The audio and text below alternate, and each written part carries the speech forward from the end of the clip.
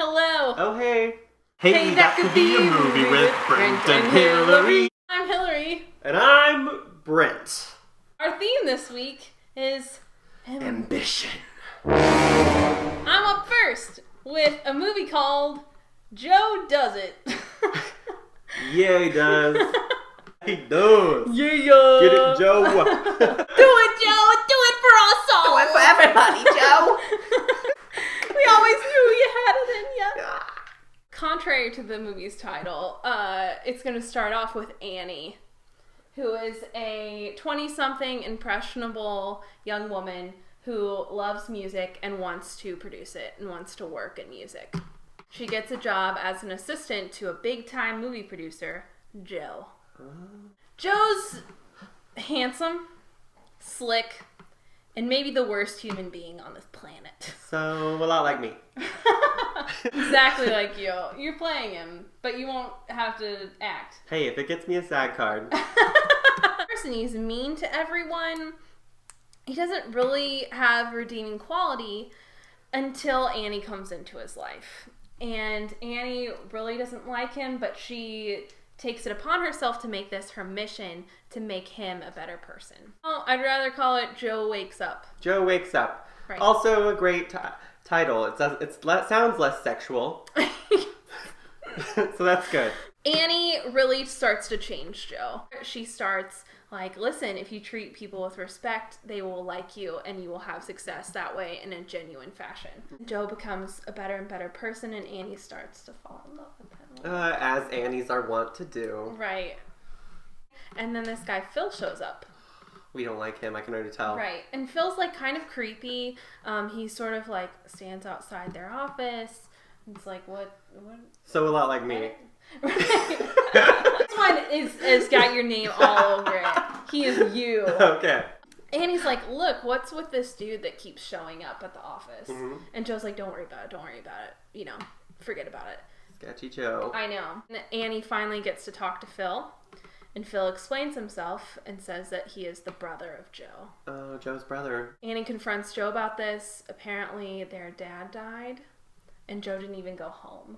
Here's the thing. Annie's like, look, that's not something I'm okay with. When did you do this? Well, it happened after I met you. Like, after he began to change.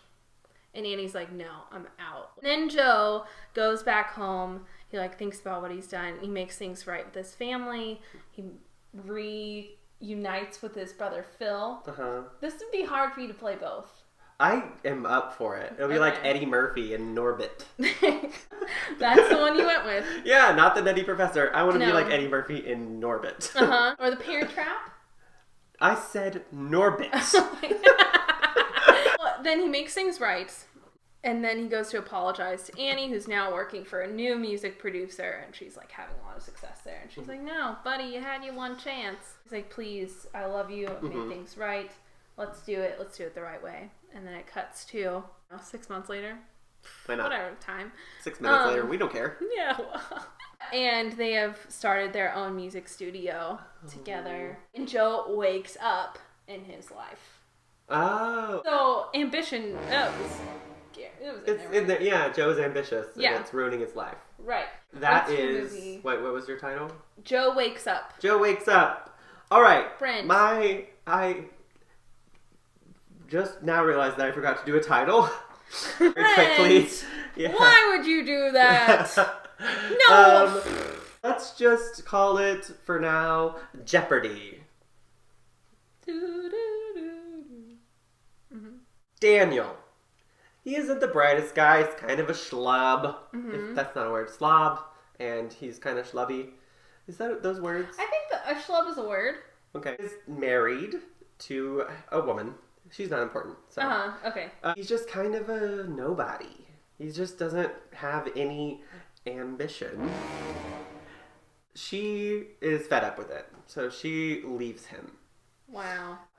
Daniel wants to become more ambitious so he can get his wife back. Okay. So he falls asleep one night watching Jeopardy. An early sleeper. Very early. It's a pre-dinner nap. Yeah. Alex Trebek speaks to him in the dream and says, "You are destined, my child." That's how Alex Trebek speaks in real life. Uh-huh. Destined my child to be a contestant on Jeopardy.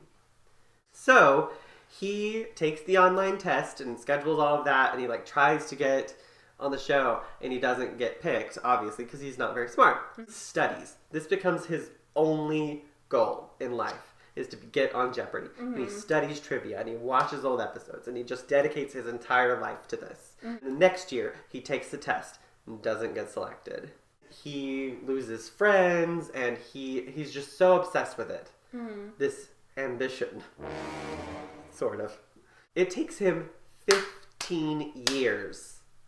15 years of his life. On the 15th year, he finally is selected as a contestant. He goes on the show, and at the end of Double Jeopardy, he's in the lead, going into Final Jeopardy. It's always tense. The category is pop culture. So he bets really big, but loses almost everything when he doesn't get the question right.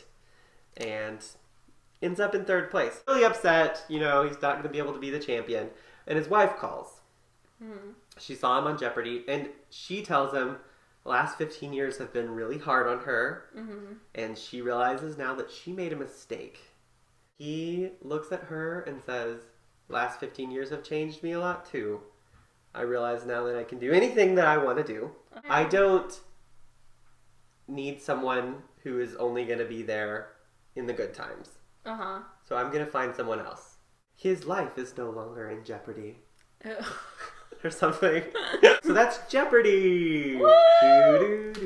So, in the comments below, tell us which movie you would like to see. What's your movie? Joe Wakes Up. Or Jeopardy! We'll see you next week. Yay! Bye!